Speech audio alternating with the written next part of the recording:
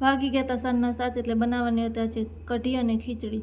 તો સરસ મજાનું ભાવી સહેજો લસણની પેસ્ટ કરી નાખી હતી રેડી, અને મેં બીજી બાજુ સરસ મજાનો રોટલીનો લોટ પણ બાંધીને કરી દીધો તો રેડી, અને આપણે એને મૂકી દીધો તો હવે સાઈડમાં થોડી વાર, જેથી કરીને રોટલી સરસ મજાની કૂણી થઈ। અને પછી ભાવિસાને બનાવવાનું હતું એનું કઢીનું બધું મિશ્રણ, એટલે નાખી દીધી તેને ટોપડીમાં સરસ મજાની એવી છાશ, અને પછી લઈ લીધા હતા લીલા કલરના મરચાં અને કરી નાખ્યું હતું કટિંગ।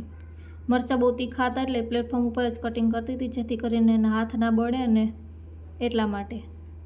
અને પછી એને બધું મિશ્રણ કરવાનું હતું તૈયાર, એટલે લઈ લીધી હતી છાશ, અને એમાં નાખી દીધું ધાણા જીરું, મીઠું પણ પતી ગયું હતું નાખતી હતી ને, એટલે મને કીધું મીઠું ભરી દે એમ, અને પછી કે એટલા સુધીમાં કે હું નાખી લઉં એમાં હળદર, એટલે સરસ મજાની એમાં નાખી લીધી હતી હળદર, અને પછી નાખી લીધી હતી લાલ મરચું પાવડર, જેને અમે ચટણી કહીએ, એ બધું નાખીને એને સરસ મજાનું કરી નાખ્યું હતું। જુઓ જીરું બીરું બધું નાખી લીધું હતું, અને પછી એમાં નાખી દીધો હતો ચણાનો લોટ। હવે એ બેટરને તૈયાર કરીને થોડી વાર રહેવા દેશે, જેથી કરીને એને રેસ્ટ મળી જાય અને સરસ મજાનું એવું આપણે બેટર બનીને થઈ જાય રેડી, અને સરસ મજાની બને ને કઢી એટલા માટે।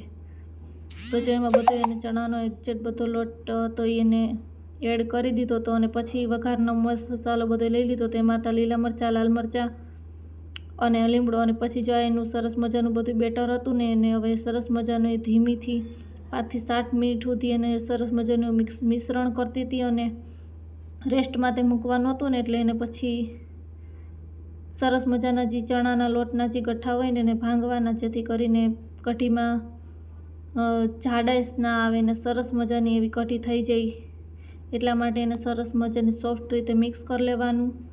પછી જો એ મિક્સ કરતી હતી, તમે પણ આવી કઢી બનાવો છો કે નહીં કે કહેજો। અને કાઠિયાવાડની કઢી તો અલગ જ હોય, એટલે કોઈક દિવસ ટ્રાય પણ કરજો કે કેવી બની ને કેવી નહીં, અને પછી મને કહેજો કે તમને આ કઢી બનાવેલી છે એ કેવી લાગે છે, કેમ કે ટેસ્ટ તમે કરી ના શકો પણ ખાલી જોઈ તો શકો ને કેવી બની છે કેવી નહીં। પછી જો એ સરસ મજાનું એવું ધીમેથી મિશ્રણ કરી નાખ્યું હતું એની કઢીનું, જો થઈ ગઈ ને સરસ મજાની એકદમ। હજી તો ખાલી કઢીનું કાચું મિશ્રણ જ કહેવાય, હજી તો આમાં બધું એડ કરવાનું બાકી જ છે। એ કઢીનું મિશ્રણ થઈ ગયું તો એટલામાં બની ગઈ હતી અમારી સરસ મજાની એવી ખીચડી। એટલે ખીચડી પણ નહીં ખોલીને ઠંડી કરવા મૂકી દીધી હતી, જો કેવી સરસ પીળી ધમક જેવી ખીચડી બની છે ને, આપણે નથી બનાવી નકર ન બને આવી। પછી જઈને ખીચડીને ઠંડી કરવા મૂકી દીધી ને પછી લઈ લીધું હતું એક ટોપડીમાં સરસ મજાનું તેલ, 2 થી 3 પાવરા તેલ લીધું કઢી વઘારવા માટે। તો હું એને પૂછતી હતી રેસીપી કેવી રીતે છે કેવી રીતે નહીં એ, પછી કહેતી હતી, અને પછી કરી નાખો તો સરસ મજાનો એવો ગેસ